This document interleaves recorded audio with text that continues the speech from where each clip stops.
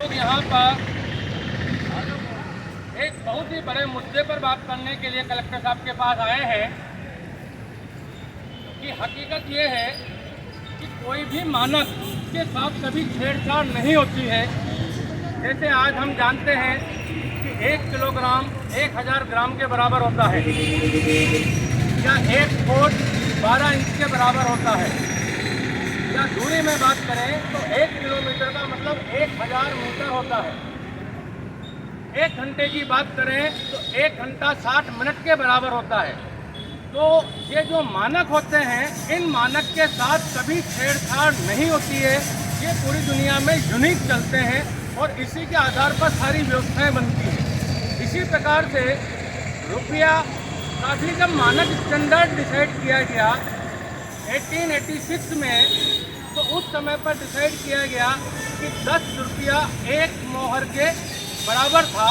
उसको 86 में 15 रुपया 1 मोहर के बराबर किया गया। उस आधार पर हम देखते हैं तो हमारे 1 रुपये की वैल्यू 0.777 ग्राम होती है। 0.777 ग्राम हमारे 1 रुपये की वैल्यू है, जो कि आज भी भारतीय संविधान के अंतर्गत मौजूद है।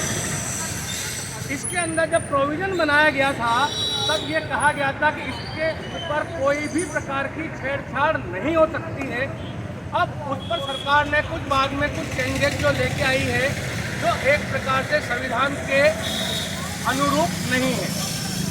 तो हम उसी मुद्दे को लेकर आज यहाँ आए हैं और हम जानते हैं कि 0.777 ग्राम का आज का वर्तमान मूल्य लगभग 4800 से 4900 रुपये के बराबर है। जबकि हम गोल्ड की वैल्यू जब देखते हैं तो गोल्ड इस समय पर हमारा 62,000-63,000 रुपये के आसपास 10 ग्राम चल रहा है। तो हमारे 1 रुपये की वैल्यू 4800 से 4900 रुपया होनी चाहिए, जो कि एक गलत तरीके से गलत अमेंडमेंट करके और लोगों को आज तक उसकी वास्तविक जानकारी नहीं दी गई है। और इसके एवज में बैंक लोन देते हैं तो लोन के अंदर एक प्रकार से वो केवल डिजिट ट्रांसफ़र करते हैं और डिजिट तो कितनी भी बनाई जा सकती है, क्योंकि कंप्यूटर से डिजिट कितनी भी आप खड़ी कर सकते हो, केवल आपको कंप्यूटर का एक बटन दबाने होते हैं। तो हम आज कलेक्टर महोदय को ये बोलने आए हैं कि जो बैंकों ने लोगों को लोन दिया, लोन के बारे में जो सर्फेसी एक्ट के तहत कार्रवाई की जाती है उसे तुरंत प्रभाव से रुकवाया जाए, क्योंकि ये भारतीय संविधान के अंतर्गत नहीं है।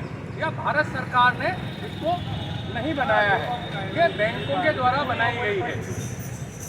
हम बात करें आज भारत के अंदर रुपये की, तो जो रुपये का जो मानक स्टैंडर्ड डिसाइड किया गया था उस हिसाब से बात करें तो 2023 तक के जो भारत सरकार के आंकड़े हैं वो 800 टन गोल्ड भारतीय रिजर्व बैंक के पास है। 800 टन के आधार पर यदि हम बात करते हैं तो ये 4,80,000 करोड़ रुपया ही बनता है। तो एक्चुअल वे में या लीगल करेंसी मात्र 4,80,000 करोड़ है, जबकि भारत सरकार ने इस समय में चलन के अंदर जो चला रखी है वो 34 लाख करोड़ रुपया है, जो कि पूर्ण रूप से इसमें हम बात करें तो 34 लाख करोड़ में से यदि 5 लाख करोड़ की लीगल करेंसी है तो 29 लाख करोड़ रुपया एक प्रकार से इलीगल करेंसी है, जो कि बाजार में चलन में चल रहा है। तो हम उसी बारे में आज आए हैं और कलेक्टर साहब को इस चीज़ का हम ज्ञापन देंगे। भारत की हुंकार है, जनता ही सरकार है। भारत की हुंकार है, जनता ही सरकार है।